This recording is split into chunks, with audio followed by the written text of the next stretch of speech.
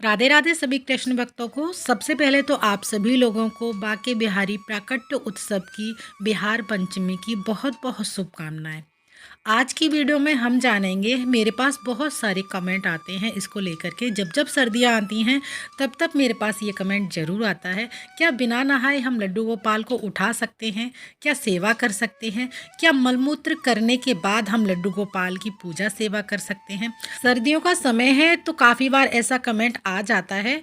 तो कुछ लोगों का ये भी कमेंट होता है कि जिन कपड़ों को पहनकर हम मलमूत्र जाते हैं, क्या उन्हीं कपड़ों को पहनकर हम वापस पूजा कर सकते हैं? क्या बिना नहाए हम लड्डू गोपाल को भोग लगा सकते हैं? देखिए, कभी ऐसा होता है हमारा स्वास्थ्य ठीक नहीं है या हमारी कोई मजबूरी है, हम स्नान नहीं कर पा रहे हैं, तो इस कंडीशन पर लड्डू गोपाल को आप उठा सकते हैं, बिना नहाए भोग भी लगा सकते हैं। और देखिए, लड्डू गोपाल को वैसे तो हम सभी लोगों ने जो घर में विराजमान कर रखा है, उनसे कोई ना कोई हमने रिश्ता बना रखा है। जब हमारा अति प्रेम हो जाता है ठाकुर जी से, उनको हम अपना लाला मानते हैं। लेकिन सारी कंडीशन एक तरफ रख करके हमें ये भी नहीं भूलना चाहिए कि वो हमारे ठाकुर जी हैं, हमारे भगवान हैं, तभी हम उनकी सेवा पूजा करते हैं। लेकिन भक्ति से ऊपर उठकर एक और भक्ति होती है, जो है भाव की भक्ति। जब उस भाव से भक्ति की जाती है, तो जब हम अपने ठाकुर जी को अपने घर में विराजमान करते हैं, उनके लाला के रूप में सेवा करते हैं, तो एक मन में माता के भाव आता है कि आज हमारे ठाकुर जी को सर्दी लग जाएगी, बहुत अधिक सर्दी है, धूप भी नहीं निकली है, उनको नहलाएंगे तो ठंड लग जाएगी। तो ये एक माता का अपना स्वभाव होता है, भाव होता है ठाकुर जी को स्नान ना कराने का। तो इस कंडीशन पे अगर आप लड्डू गोपाल को स्नान नहीं भी कराते हैं तो भी चलेगा, लेकिन हमें साथ में ये नहीं भूलना चाहिए कि वो एक भगवान है। सारी चीज़ों को हमें ध्यान में रख कर ही ठाकुर जी की सेवा करनी चाहिए। तो चलिए आगे बात कर लेते हैं। तो जब हम लड्डू गोपाल की सेवा करते हैं तो सबसे उच्चतम स्तर पर जो होता है वो भाव होता है। आप अपने अपने भाव अनुसार ही अपने ठाकुर जी की कृष्ण भक्त सेवा करते हैं। तो सबसे बड़ी बात यह है कि आपका अपना भाव क्या कहता है आपके ठाकुर जी की जब आप सेवा करते हैं। तो कोई भक्त तो लड्डू गोपाल को अपना भाई मानता है, कोई सखा मानता है, तो कोई पुत्र मानता है, कोई प्रियतम मानता है, कोई पिता मान करके ठाकुर जी की सेवा करता है। तो भाव पर ही निर्भर करता है कि आप ठाकुर जी की सेवा किस रूप में कर रहे हैं। और हमारे ठाकुर जी तो वैसे भी भाव के भूखे ही होते हैं। अगर आप किसी दिन नहीं नहा पाए हैं, ऐसी कंडीशन है कि घर में कोई दूसरा व्यक्ति नहीं है सेवा के लिए ठाकुर जी की, तो क्या करें? अगर आप शास्त्र अनुसार ठाकुर जी की सेवा करते हैं तो आपको बिना नहाए भगवान को नहीं छूना है। फिर तो वो हमारे भगवान हैं, हमारे ना तो वो लाला हैं, ना पुत्र हैं, ना सखा है, ना प्रियतम है, ना पिता है, कोई भी नहीं है। फिर तो वो हमारे लिए भगवान है, अगर हम शास्त्रों के हिसाब से पूजा सेवा कर रहे हैं। तो शास्त्र हमारे यही कहते हैं, बिना नहाए हमारा शरीर शुद्ध नहीं होता है। तो आपको ठाकुर जी को आपको स्नान कराने के बाद ही उठाना चाहिए और उनकी सेवा करनी चाहिए। और किस कंडीशन पर उठा सकते हैं, सेवा कर सकते हैं, ये भी मैंने आपको बता दिया है, लेकिन फिर भी आपको एक बार डिटेल में फिर से बता देती हूँ। तो आप बात करेंगे ठाकुर जी को हम बिना नहाए किस कंडीशन पर उठा सकते हैं। अगर बात करें ठाकुर जी से प्रेम की, भाव की, भक्ति की, तो प्रेम की कोई विशेषता नहीं होती है और ठाकुर जी का तो प्रेम ही अपने आप में ही एक भक्ति है। मैं आपको एक कहानी के माध्यम से बताती हूँ भक्ति होती क्या है। तो एक गुरु होते हैं, उनके दो शिष्य होते हैं। शिष्य जो होते हैं वो बालक होते हैं और उनको बहुत ज़्यादा भूख लगती है।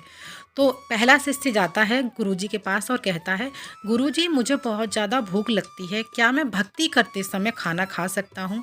तो शिष्य उसको मारते हैं और भगा देते हैं। फिर जब दूसरा शिष्य जाता है तो वो कुछ कहता है और गुरुजी बड़े प्रसन्न होते हैं और प्रसन्नता के साथ वो बाहर आता है। जब वो पहला वाला शिष्य होता है वो देखता है ये तो बड़ा मुस्कुराते हुए आया है और हम दोनों का प्रश्न तो एक ही था, इसको भी भूख लगती है और मुझे भी बहुत ज़्यादा भूख लगती है। तो वो पूछता है कि तुम इतना क्यों मुस्कुरा रहे हो, मुझे तो गुरुजी ने मार के भगा दिया। तो दूसरा वाला शिष्य पहले वाले शिष्य से कहता है कि मैंने गुरुजी से ये कहा, क्या खाना खाते खाते भजन कर सकता हूँ? तो देखिए, सवाल उनका एक ही है लेकिन कहने का तरीका अलग अलग है। यानी भक्ति आप कभी भी, कहीं भी, किसी भी समय कर सकते हैं, भगवान को किसी भी रूप में भज सकते हैं। तो भक्ति करने का ये अर्थ नहीं है कि आप स्नान करेंगे तभी भक्ति कर सकते हैं या भगवान के पास बैठकर ही भक्ति की जा सकती है। भक्ति आप घूमो फिरो जहाँ मर्जी आए जाओ, लेकिन आप भगवान को हमेशा अपने कार्य में, अपने कर्म में याद करते रहिएगा, वही आपकी सच्ची भक्ति होती है। तो ठीक भगवान भी हमारे वैसे ही हैं। जो भक्त प्रेम और भाव से सेवा करता है, पूजा करता है, भक्ति करता है, तो जो कृष्ण भक्त होता है वो अपने ठाकुर जी को रिझा लेते हैं। तो हमारे ठाकुर जी के प्रिय हमारा निस्वार्थ भाव, निस्वार्थ प्रेम ही हमारी सच्ची भक्ति कहलाता है। और अगर भक्त की तबीयत ठीक नहीं है, तबीयत खराब है और ऐसी स्थिति में घर में कोई भी नहीं है और भक्त के मन में ये फिर भी ख्याल आया जा रहा है कि मैं तो ठाकुर जी की सेवा करूँगा, सेवा करे बगैर नहीं रह सकता हूँ। वैसे तो ये कंडीशन जो होती है किसी बच्चे पर और बहुत ज़्यादा कोई भी वृद्ध है, महिला है, पुरुष है जो ठाकुर जी की सेवा करते हैं, घर में और कोई पर्सन नहीं है सेवा के लिए, लेकिन फिर भी उनके मन में ये भाव आता है कि हम सेवा करें, तो उन पर ये सेवा लागू हो जाती है। और अगर आप सही तरीके से अच्छे से खूब स्वस्थ हैं तो स्नान करने के बाद ही हमें ठाकुर जी को उठाना चाहिए और उनकी सेवा करनी चाहिए। घर के छोटे बच्चे से आप ठाकुर जी को जगवा सकते हैं। अगर आप किसी कारण से स्नान नहीं कर पाए हैं, पूजा श्रृंगार धूप दीप आप ना करिएगा, बस आप उठा करके भोग प्रसाद खिला सकते हैं, क्योंकि छोटा बच्चा ठाकुर जी को स्नान सही से नहीं करा पाएगा, उनको चोट लगने का डर रहता है, धूप दीप जलाने से भी रिस्की रहेगा। तो आप सिर्फ ठाकुर जी को अथवा कोई भी बड़े बुजुर्ग हैं उनसे, अम्मा से या जो भी माताजी आपके घर में हैं उनसे उठवा कर जगवा कर बस भोग प्रसाद लगवा सकती हैं। और ठाकुर जी को अपने घर में जब भी विराजमान करें, कोई ना कोई उनका नाम रखें, कोई रिश्ता बनाकर ही उनकी सेवा करें। ये रिश्ता समय समय पर बदलता नहीं रहना चाहिए, जो रिश्ता बनाया है उसी पर रिश्ते पर प्रभु की सेवा करते रहिएगा। ठाकुर जी से एक रिश्ता बनाकर ही हमें उन पर अटल रहना है, बार बार रिश्ते को बदलना नहीं है। लेकिन आपको ये भी नहीं भूलना है रिश्ता बनाने के बाद कि वो स्वयं हरि श्री विष्णु नारायण हैं। तो मेरा तो आपसे यही कहना है, अगर आपको कभी कोई परेशानी होती भी है तो पहले तो वैसे ठाकुर जी की कृपा इतनी हो जाती है कि कोई परेशानी होती नहीं है, लेकिन जब आप उनकी सेवा करेंगे तो कोई ऐसी परेशानी आपको छू भी नहीं सकती है। अगर आपकी तबीयत ठीक नहीं है तो ठाकुर जी को सोने दें। जब भी आप घर में कोई अगर आता है उससे आप ठाकुर जी को जगवा कर उनको भोग प्रसाद लगवा सकते हैं और आप मानसिक रूप से ठाकुर जी की सेवा कर सकते हैं। और साथ ही स्वास्थ्य ठीक होने पर आप ठाकुर जी की फिर से सेवा प्रारंभ कर सकते हैं। एक गाय माता ठाकुर जी के पास में बछड़े के साथ में विराजमान कीजिएगा, जिससे हमारी जो गाय माता में 33 करोड़ देवी देवता विराजमान होते हैं, जिससे आपकी गौ माता हमेशा हमारी गैर अनुपस्थिति में उनकी सेवा कर सकती हैं। गाय माता के बारे में कहा जाता है, जिस प्रकार यशोदा माँ अपने कान्हा जी का ख्याल रखती थी, ठीक उसी प्रकार हमारी गौ माता हमारी गैर हाजिरी में कान्हा जी का, ठाकुर जी का ख्याल रखती हैं। यानी चाहे पीरियड्स के दिनों हो या आपकी तबीयत ठीक नहीं है या आप घर से बाहर गए हैं, आपका स्वास्थ्य किसी कारण से किसी अवस्था में ठीक नहीं है, उस समय पे गाय माता हमारे ठाकुर जी का लालन पालन करती हैं और जिससे आपको कोई दोष भी नहीं लगता है और आपकी सेवा भी पूर्ण मानी जाती है। या आप चाहें तो एक तरीका और भी अपना सकते हैं, आप ठाकुर जी के पास में अष्ट सखियों को विराजमान कर सकते हैं। जो अष्ट सखियां हैं वह भी ठाकुर जी का लालन पालन रखने में करने में उतना ही ख्याल रखती हैं जितना आप करते हैं, और ऐसा करने से आपके ठाकुर जी भूखे प्यासे भी नहीं रहेंगे। वैसे तो हमारे ठाकुर जी भाव के भूखे होते हैं, बस हमारे ठाकुर जी की एक ऐसी सेवा है जो भाव की सेवा की जाती है। और शास्त्रों की बात करूँ तो शौच के बाद स्नान करना जरूरी होता है और शाम की और सुबह की पूजा के बीच अगर आप शौच गए हैं तो आपको स्नान करना जरूरी होता है, जब कोई विशेष पूजा आपको करनी हो तो, अथवा जो कपड़े आप पहनकर शौच गए थे उन कपड़ों को आपको पहनना नहीं होता है जब कोई विशेष पूजा होती है, क्योंकि अभी सर्दियां हैं, हर बार स्नान करना पॉसिबल नहीं होता है।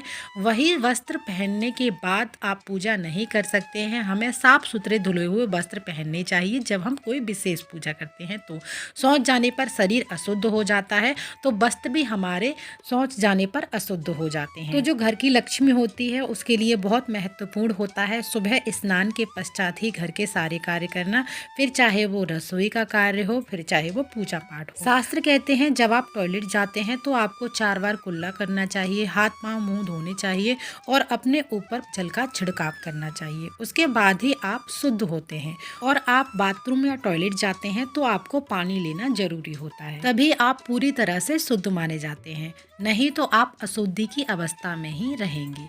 ये शास्त्रों के नियम है, मानना या ना मानना ये आपकी मर्जी है, लेकिन जब आप शौच जाते हैं तब आपको ये जरूरी करना होता है। और शौच जाने के बाद स्नान जरूरी होता है, साथ ही हमें धुले हुए वस्त्र भी पहनने चाहिए।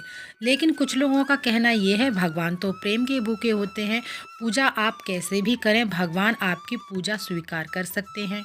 मानती हूँ मैं भगवान प्रेम के भूखे होते हैं, लेकिन जो नियम कहते हैं वो यही कहते हैं हमें साफ सफाई के साथ ही भगवान की पूजा पाठ करनी चाहिए, नियमों का पालन करना चाहिए। और हमें ये बात भी नहीं भूलनी चाहिए कि भगवान तो प्रेम के वाकई में भूखे होते हैं। भक्ति में प्रेम से भगवान के सामने जब कोई एक बार भी हाथ जोड़ लेता है तो हमारे भगवान बड़े कृपालु और दयालु हैं, वो अपने भक्त पर प्रसन्न हो जाते हैं और कृपा करते हैं। और बहुत सारी महिलाओं का एक प्रश्न और आता है कि जिन महिलाओं का बच्चा छोटा है या कोई महिला अधिक वृद्ध है तो उन लोगों के लिए शौच जाकर स्नान करना मुश्किल हो जाता है।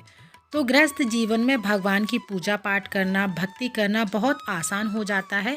तो वह व्यक्ति या महिला जो भी है 4 बार कुल्ला और हाथ पांव मुंह धोकर पूजा आरती कर सकते हैं, लड्डू गोपाल की सेवा कर सकते हैं, शाम की पूजा कर सकते हैं, क्योंकि माँ एक बच्चे को जब फीड कराती है तो उसके लिए बार बार स्नान करना ठीक नहीं होता है। और सर्दियों में बार बार स्नान करना भी मुश्किल हो जाता है, तो आप ये नियम अपना सकते हैं। वीडियो काफ़ी बड़ा हो गया है तो मैं इसको यहीं पर विराम देती हूँ। आपके जो भी प्रश्न है, सवाल हैं, वो मुझसे कमेंट में द्वारा पूछ सकते हैं।